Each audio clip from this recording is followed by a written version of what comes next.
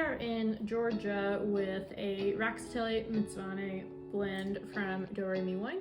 Skin contact Georgian wines are typically made in what's called a qvevri, which is a clay vessel. It's kind of shaped like an egg, which allows the sediment to kind of slowly fall to the bottom of the clay vessel and produce these really cool wines with a little bit of texture to them.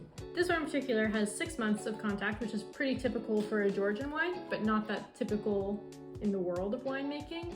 So that makes it a really exciting orange to try.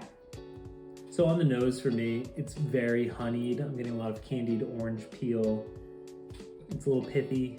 Yeah, I think dried apricots is another really good call here. It's interesting because the way that we're describing this makes it sound like it's gonna be sweet, but it's definitely not gonna be sweet. It's a dry wine, but that doesn't mean that it's not gonna have these smells that might seem floral or honeyed or something that would indicate that it is like that.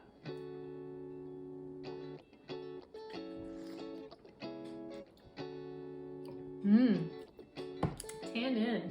Very tannic for sure. A lot of texture, you know, from that time in the qvevri. Yeah, a good amount of acid, so it certainly feels balanced, but if you're not used to tannin in your white wines, then this is gonna be an interesting experience. If you love orange wine, ooh, you're gonna go nuts for this. I think it's a little bit like I'm getting this dried herb kind of thing, like a dried oregano type deal. Yeah, I think there's also a bit of like this almond thing going on. Very dry almonds, not like an almond cookie, like a almond, crushed almond of some kind. Yeah, or just like a toasted almond. Yeah, there you go, toasted. Yeah, that's a good one. But yeah, very dry. Perfect expression of what you want a Georgian orange to be.